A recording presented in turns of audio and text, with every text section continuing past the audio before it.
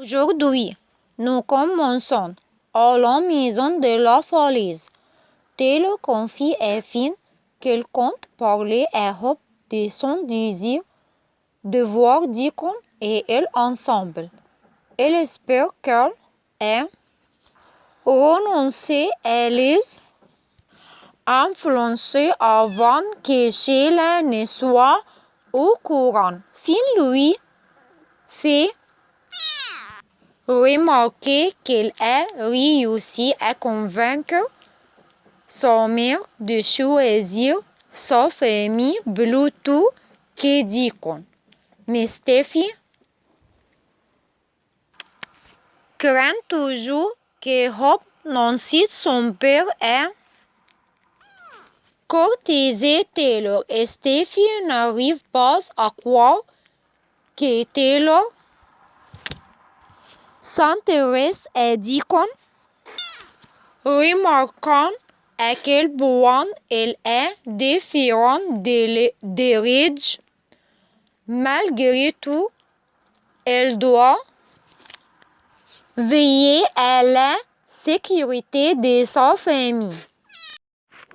Deacon se rend comme prévu chez Forrester Creation pour voir Hope et Deke, qui souhaitent avoir des nouvelles de Taylor. Hope demande à son père d'être honnête avec lui-même au sujet de son mariage et de ses sentiments pour Taylor. Deacon craint d'être pris au dépourvu, mais Hope insiste. Taylor est la femme idéale pour lui. Deacon dit leur qu'elle ne veut pas parler de sa vie amoureuse. Mais cela ne fait que les gens s'étaient assez moqués de lui parce qu'elle a utilisé le mot amour. Willem insiste Hope.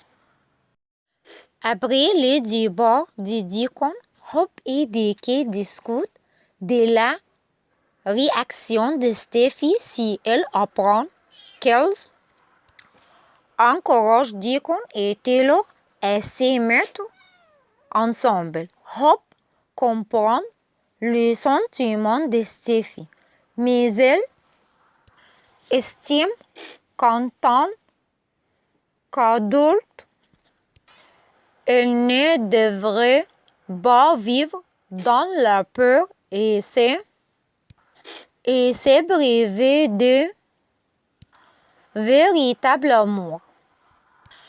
Steffi va sûrement essayer de me forcer à adopter son point de vue, confie Hope à Deke, ajoutant « J'en ai marre qu'elle dicte ma vie ».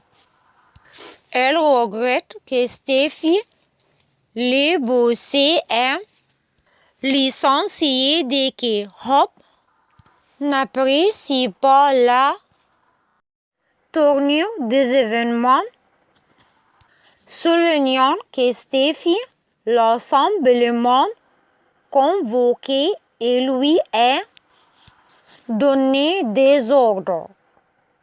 Elle pense que Taylor et Deacon méritent de faire leur propre choix.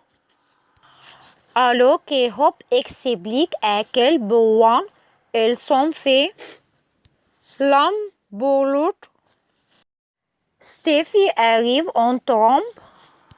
Incrédule, Hope lui explique que Deacon et Taylor sont libres de leurs décisions, mais Steffi refuse. Elle révèle à Hope qu'elle a déjà réussi à convaincre Taylor qui a rompu avec Deacon.